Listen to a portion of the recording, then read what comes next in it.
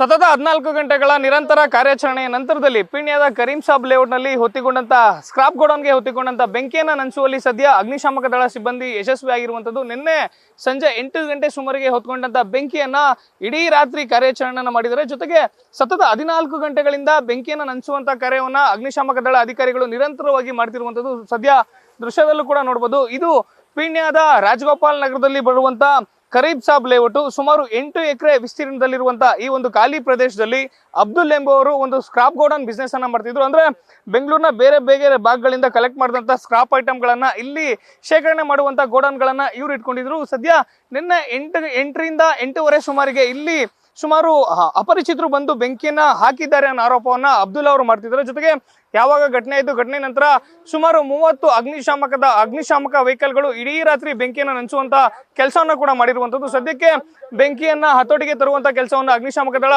ಅಧಿಕಾರಿಗಳು ಮಾಡ್ತಿರುವಂತದ್ದು. ಈ ಒಂದು ಜಾಗ ಏನಿದೆ ಅಂದ್ರೆ ರಾಜಗೋಪಾಲ್ ನಗರದ ಕರೀಂ ಸಾಬ್ ಲೇಔಟ್ ನಲ್ಲಿ ಬರುವಂತಹ ಸುಮಾರು 8 ಎಕರೆ ಜಾಗದ ವಿಚಾರವಾಗಿ ಸಂಬಂಧಪಟ್ಟಂತೆ ಜಾಗದ ಮಾಲೀಕರು ಹಾಗೂ ಮತ್ತೋರ್ವ ಸ್ಥಳೀಯ ರಾಜಕೀಯ ಮುಖಂಡನಿಗೆ ಕೋರ್ಟ್ ನಲ್ಲಿ ಪ್ರಕರಣ ಇತ್ತು. ಹೀಗಾಗಿ ಇದೇ ವಿಚಾರಕ್ಕೆ ಆತನ ಕಡೆಯವರೇ ಬೆಂಕಿಯನ್ನ ಹಚ್ಚಿದ್ದಾರೆ ಅನ್ನೋ ಆರೋಪವನ್ನ ಸದ್ಯ ಇಲ್ಲಿ ಸ್ಕ್ರಾಪ್ ಗೋಡೌನ್ ಬಿಸ್ನೆಸ್ ಮಾಡ್ತಿದ್ದಂತ ಅಬ್ದುಲ್ ಅವರು ಕೂಡ ಆರೋಪವನ್ನ ಮಾಡ್ತಿರುವಂತದ್ದು. ಸದ್ಯ ಪ್ರಕರಣಕ್ಕೆ ಸಂಬಂಧಪಟ್ಟಂತೆ ಪ್ರಕರಣವನ್ನ ದಾಖಲು ಮಾಡ್ಕೊಂಡಿರುವಂತಹ ರಾಜಗೋಪಾಲ್ ನಗರ ಪೊಲೀಸರು ತನಿಖೆಯನ್ನು ಮುಂದುವರಿಸಿರುವಂತದ್ದು.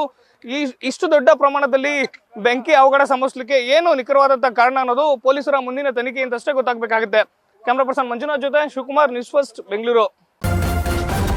ನ್ಯೂಸ್ ಫಸ್ಟ್ ನಿರ್ಭೀತಿಯಿಂದ ನಿಮ್ಮ ಪರವಾಗಿ.